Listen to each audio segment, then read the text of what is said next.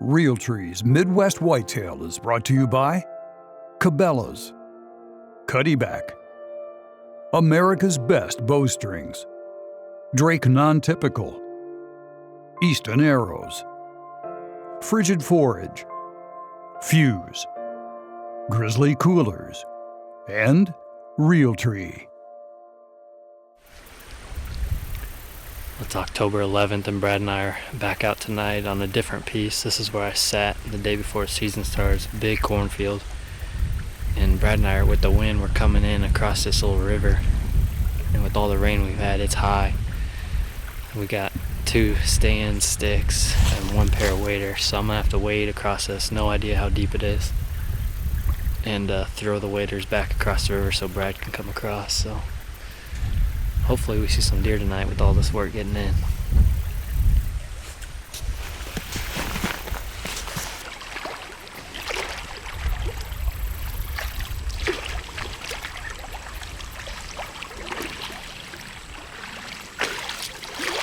The sand just...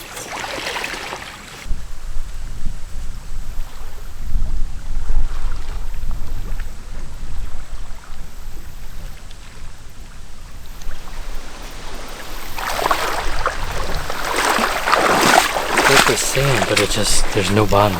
Just, your foot goes, the sand like goes up to here.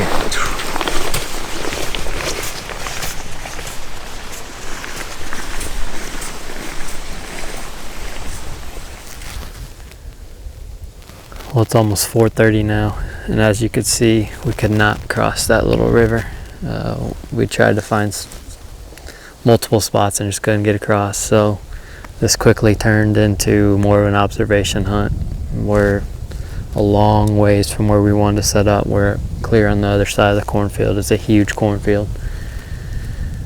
So I expect the deer to be moving. I expect to see quite a few deer out in this corn. It's just we're probably not gonna have anything close, but nothing wrong with an observation hunt this time of year, October 11th, and a brand new farm. I have no idea how the deer move, what deer are on the place, nothing. So at least it's a good time for an observation set, even though we wanted to be a little more aggressive today. So we'll sit back, see what happens. It's nice and chilly. The wind's starting to die down a little bit. A few gusts left, but it's supposed to be around 10-12 miles an hour by the end of the night. So looking forward to this evening. Don't know what to expect, but we should see some deer.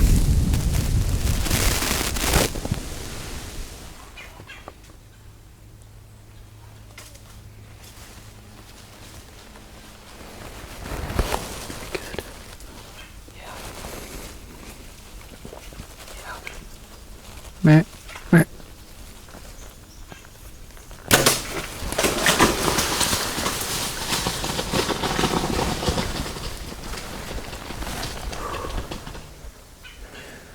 That's pretty crazy.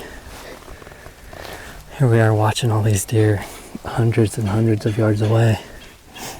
And this big old doe, I mean, she's huge, came right down to the base of our tree.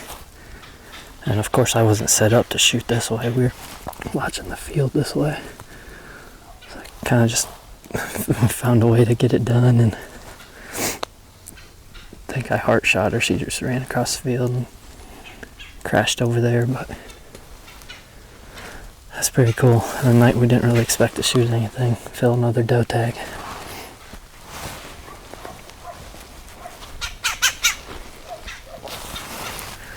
It's been a good night.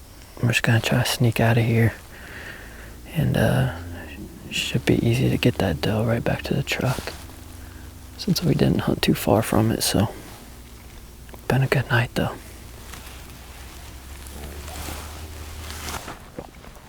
We can see the lighted knock across the field, so we're just gonna walk straight to that point. I already see quite a bit of blood spraying in the corn here, but you can't see it on camera because of all the foliage in the trees, but she was just basically snow plowing nose to the ground across this pit cornfield, so she shouldn't be too far.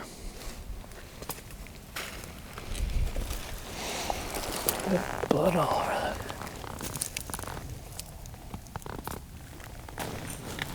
What's still in her That's why we could see the lighted knock. The arrow's buried in her shoulder. Man, look at the size of that doe. She's huge. Yeah, she didn't go far at all. Alright, Brad and I are gonna get her cleaned up and get her out of here. Shouldn't be too bad of a drag, although this is a really big doe. I don't know if you can appreciate how big she is in the video, but we knew she was big looking straight down at her. And that's definitely the case. So pretty cool though. That's doe number 3. I love this time of year, getting out and filling the freezer. So cold weather had the deer on their feet. We saw a lot of deer and it was a good evening. I'm excited to see how everyone else did. It just seemed like one of those nights where every deer in the woods was out and about. So pretty cool night.